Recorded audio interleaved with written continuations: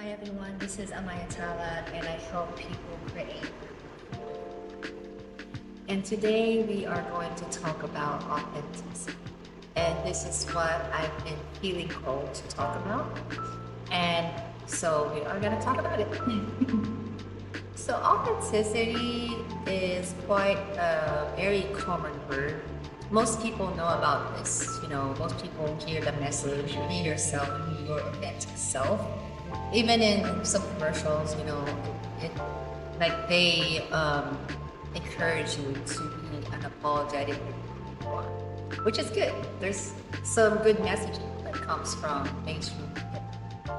But this is a term or a verb, or this is a term that is easier said than done because there's some part of our society that does not support authenticity.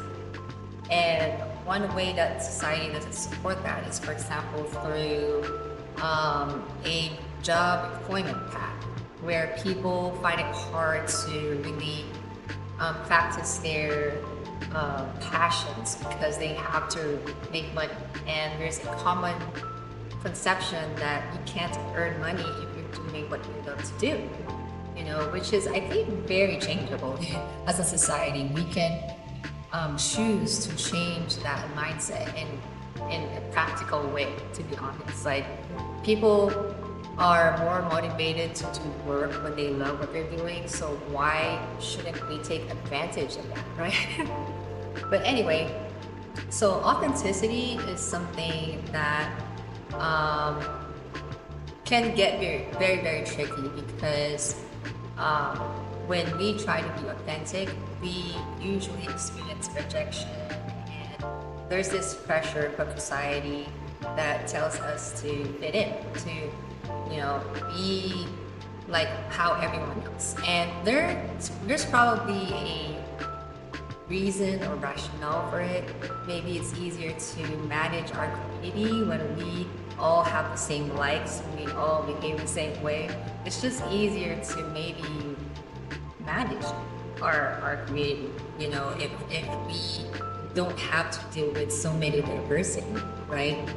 But that's one way to look at it. But obviously, authenticity and being your unique self, just like in nature, there's biodiversity and it's very abundant.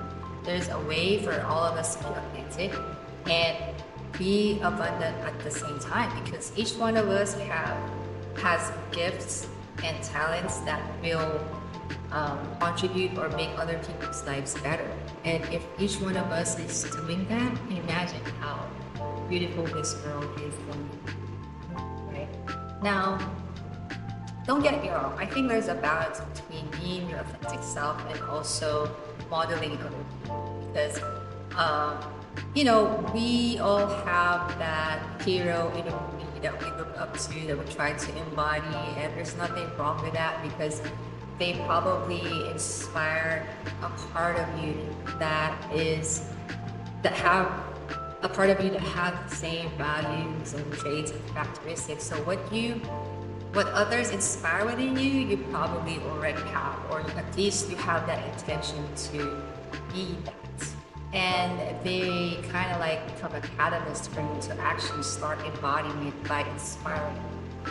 So, there's nothing wrong with that. And when you also become a role model in your family, you also inspire other people to make their lives better, to be more confident, or whatever trait you embody and model to other people. So, modeling other people is sometimes a very, very good thing, because it's coming from a space where you want to be a better person and you want to get in touch more to who you potentially can be, your highest self. But then there's another side where there's a tendency for some people to copy other people because they don't like who they are, or they don't know who they are, or they're trying to belong, and who they uniquely are doesn't fit with what people want them to be. And so they end up embodying traits and characteristics kind of set aside or suppresses who they authentically are. And that can be a very um, bad thing in a way that it may negatively impact your well-being. Because if you keep carrying this mask that is not naturally who you are, it takes a toll on the body. And you may observe this in other people who try to embody a certain avatar that you know they're not. It takes a toll on the body because it changes your body in a way that's not really aligned to how you're designed to be. And every day you have to keep the act. Every day you have to pretend. And you would think that, since the mind and the body is very programmable, that it will become easier. But it's like a butterfly trying to be a dragonfly. It's just structurally not possible to just program your body like that because you're created a certain way. So in the long term, that's going to take a toll on you, not just physically, but holistic, because you are going to attract a kind of life that doesn't really align to who you are, and it can affect your sense of fulfillment and happiness living. So, so there's that.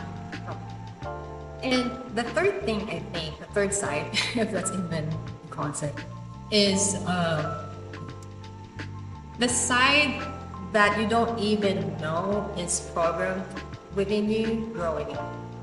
And I think that was a lot of work that I had to do within myself, because there's a lot of traits and characteristics that I was embodying that I didn't know I actually got from who knows where, just by growing up around these influences. And I can't really pinpoint where everything came from, maybe media, cartoons, or people that I played with, I don't know. But it was hard to really decipher which is which. Like, who am I and which of the characteristics is not really me. It's really hard when you grew up with it, you're familiar with it, you've been that your whole life to the point that you know that that's you, it's your identity. And I started with first being aware that, asking the question, who am I? Like, what part or what characteristics? And to put this in practical terms, because it's easy to say, who am I?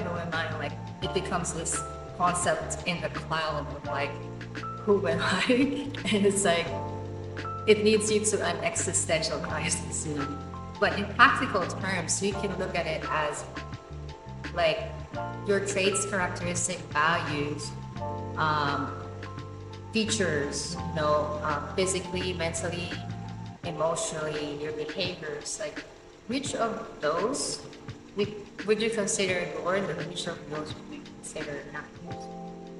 And one of the ways that really helps with this is to kind of ask yourself, and you have to be honest with yourself, and that's the first step in all of the videos that I post out. I'm giving you the tools in the assumption that you are honest with yourself, and that I should probably make a video about that, because it's not easy to be honest with yourself. But that's my assumption in this video. But you can look at the society, and there's certain avatars that are popular. Beyonce kind of avatar, girl power, curviness and stuff like that. Kim Kardashian avatar, whatever. These are just examples. But they're, lawyer avatar. What do you look like when you're a doctor? What do you look like when you're this and that? I call those avatars. If you fit in one or more of those avatars, then most likely the values, traits, characteristics of that avatar might not be yours. And I say might because it could be. It could be that they do represent who you are, but this is when you have to peel the layers and each strand and see which one is really me. let's just say me, I had for a long time an avatar of an academic. I spent a lot of my life in academic. You know, I had my PhD in engineering management, so I was a student, academic, research, and stuff like that. I had that avatar for a long time, and it was really hard to let go of that. But let's say, just for example, one of the values and traits that I had when I had that avatar that I know is not mine is being disconnected from the ground of really what's happening in the community. Because when you are in the academic, you know, there's a tendency to be in the mental mind, to like theorizing and testing and research, and you're not really part of that. Although there's part of research nowadays where they acknowledge you being part of the research itself, but overall, that's not really how it goes. So I felt disconnected. And that's one part of me that I had to think and let go and know that I am a participating being in all of the things that I explore. I am more of that. I am immersed in my reality. And that kind of trait value is kind of hard to put into one word. So that's why I'm giving you an example, because finding your authenticity, it's hard to find labels, because labels are one way that society takes you away from your authenticity. Even labels that are meant to make you authentic. I'm not gonna name names, but you have to question those as well, because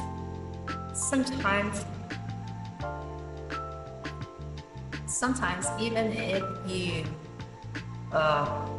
label yourself as like, oh, woman empowerment, stuff like that, sometimes society has labeled certain constructs related to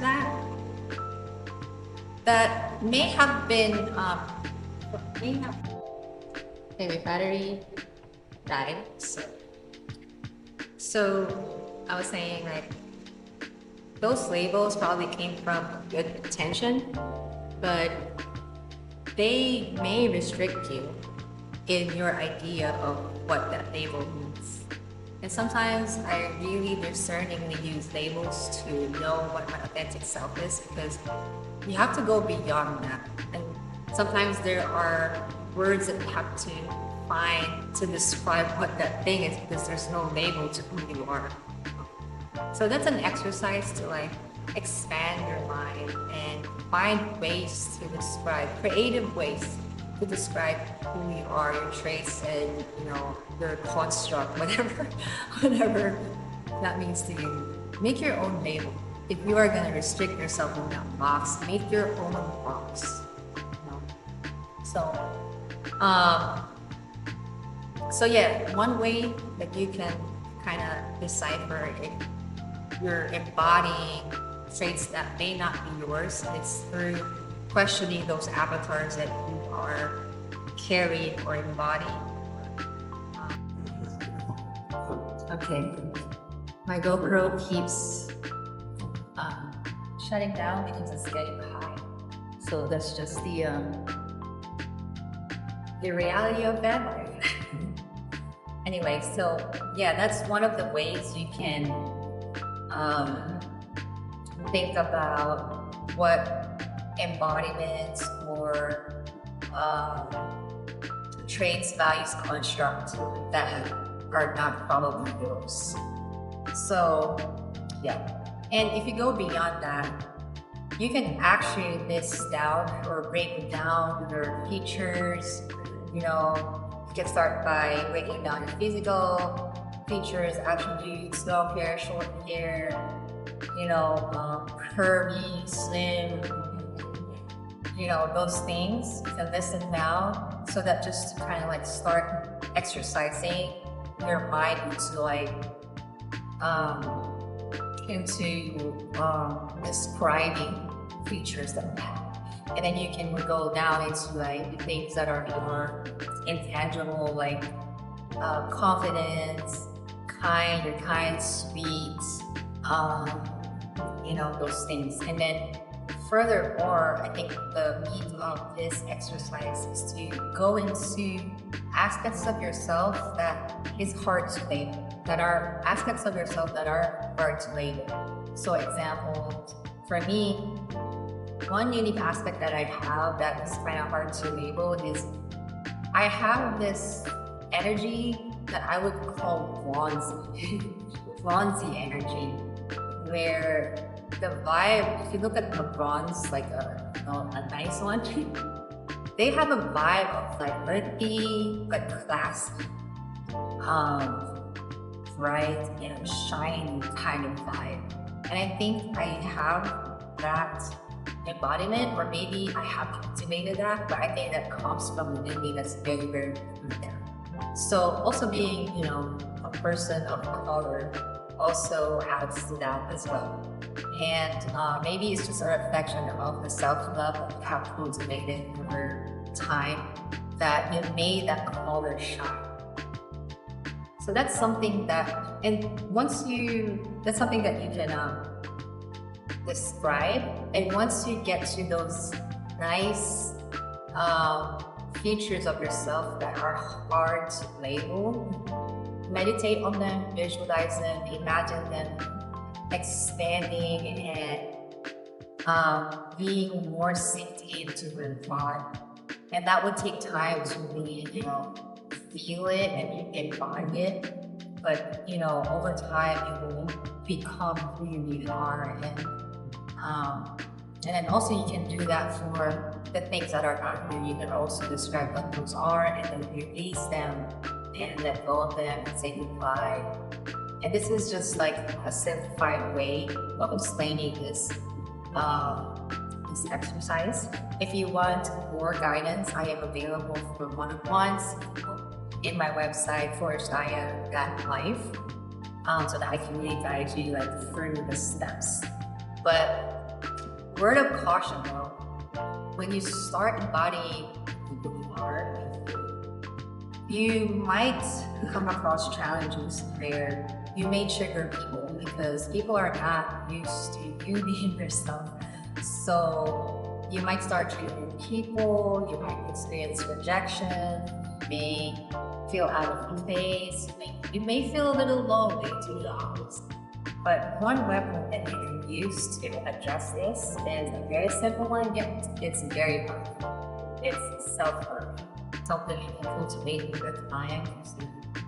First, knowing yourself, you love yourself, feeling it more and more every day, doing things that take care of yourself, eating better food, or if not, just resting or something like that. Any little bit is a step forward to love yourself. So that becomes your protection.